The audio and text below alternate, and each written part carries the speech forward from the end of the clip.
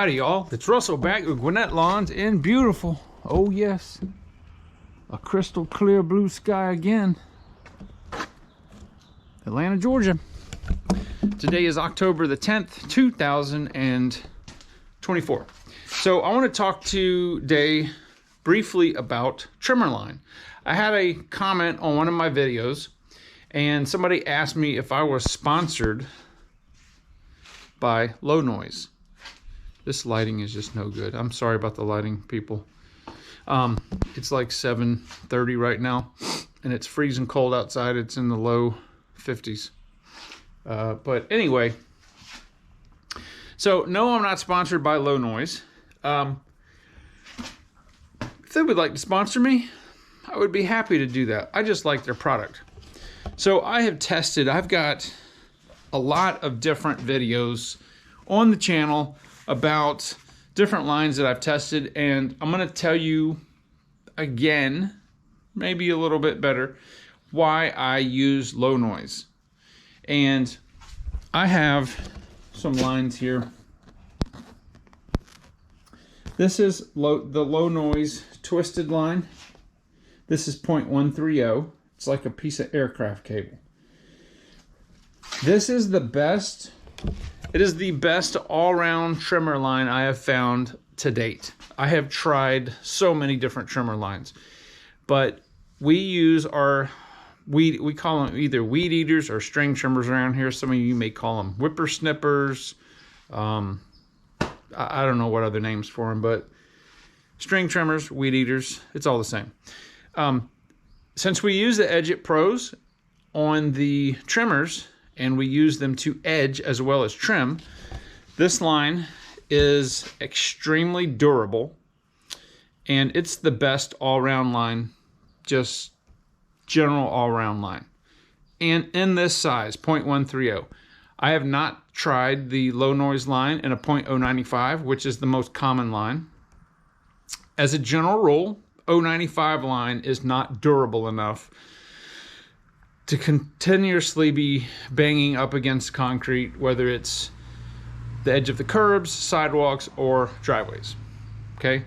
But not just because of the size, because this is also a 0.130 line. This is a square cut line.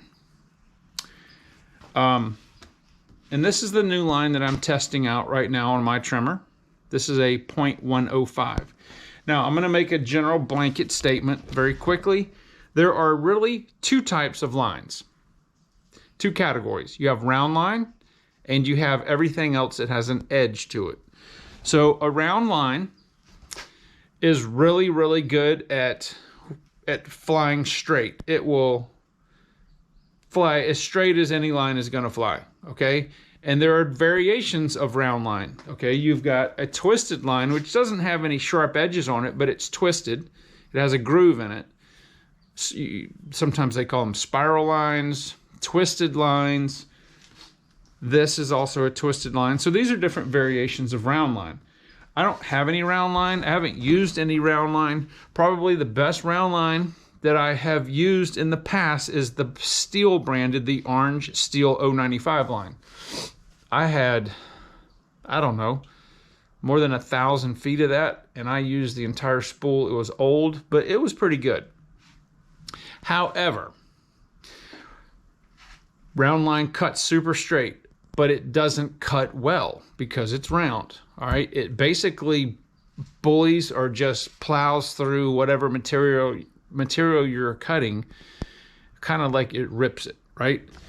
The smaller the line diameter, the more precise it will cut. So like a 0.80 line is going to cut a little bit more precise than a 95, which will cut more precise than a 105, and so on.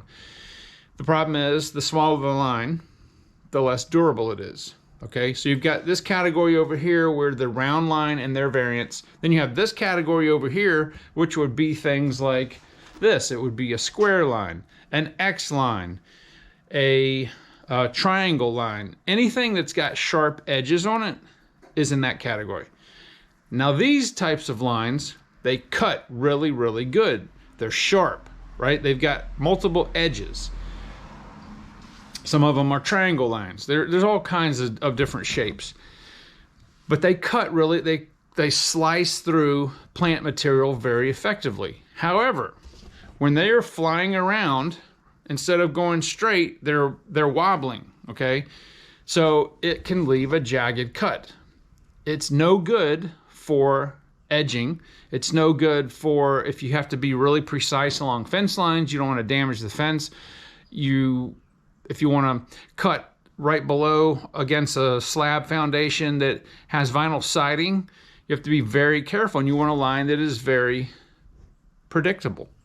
So this line right here, while you would think, wow, it cuts super good, it's terrible for edging, right? If I'm just cutting a field, out in the wide open, I have this line ready to go on my 30-20. When I want brute horsepower and just I want to slice some super thick weeds, square line is hard to beat. So there is no line that is going to do everything perfect. It's always going to be a compromise. So after all my testing of all the different lines, the low noise here is the best compromise. This is basically like the Swiss Army knife of lines. Now I do want to try the 095 version of this, but it's not going to be quite as durable as this. But it's an excellent line, right? It's not perfect on anything, and sometimes, like I said, if I'm doing something that I'm going to cut super thick weeds, I'll get the other trimmer, which has got a square line on it. Now, this line right here that I'm testing, I've never used 105 before. 105 is kind of a weird size, right? Almost everybody and all the trimmer heads are designed to use .095 as a standard. Unless you get into some of the little electric ones or the smaller trimmer heads that'll use .80. But .095 is the most common trimmer line. Now, I understand a lot of people don't use their trimmers as edgers like we do. Some people they may freehand it, or some people just use a regular blade edger. That's fine. But this line right here is kind of interesting. This line right here has made me hate the Speedfeed 500. Why? Well, you guys, if you probably have heard all the complaints about people running the Speedfeed 500s and having the lines melt or get welded together inside the line because of the heat, the design of it. And before, with this thick line right here, no way, no how was that ever going to be an issue. It never was an issue. It's an issue with this, right? This is 095. So I am going to assume that on a thinner line, like this is a 105. On an 095, it will even be more of an issue. So much so that I'm contemplating taking off the Speedfeed 500 on the trimmer that I use, the 2620T, and putting on a Speedfeed 450 head. Yes. I have had, on the other trimmer that Josh uses, it's a 2620T, it has a Speedfeed 450 head, and he has no problems whatsoever with it loading, jamming, feeding, anything like that. I do have some problems from time to time with the feeding of even on the 130 line. And yes, it has almost got to the point where I'm going to take the 500 off, and just because I found a dealer that had a bunch of 450s that they hadn't sold, so I bought a bunch of them. So I have enough Speedfeed, I have enough heads to last 30 years. But I like the 500 for a couple reasons, but it has caused me so much grief now since I'm using a smaller line, testing it. So anyway, I'll do another video on that. But anyway, I wanted to just go over these types of lines with you, and I want to find out what lines you guys use. Here's the question: what line do you use and the size, and do you use that to edge with? Not just trim, but edge. Whether you have a Edge It Pro or not on there, I'm not coordinated enough to make a nice edge just freehanding it. I can't do it. I've tried. I can't. If I did not have the Edge It Pro, I would have to use a blade edger. It's that bad. It looks like a 4-year-old did it. I'm not good at it. So let me know the type and size of line, and let me know if you use your trimmer to edge or not. That would be the question of the day. But anyway, I will, once I finish the entire supply of this green line right here, I'll do a review on it, let you know where it's from, and there are some things I really, really like about it, and there are some things I don't like about it. So, but I wanted to try it because I have never tried 105 line before, and so that's what it is. All right, guys, well, it's cold. I'm gonna go back inside. We're gonna have to start in just a little while.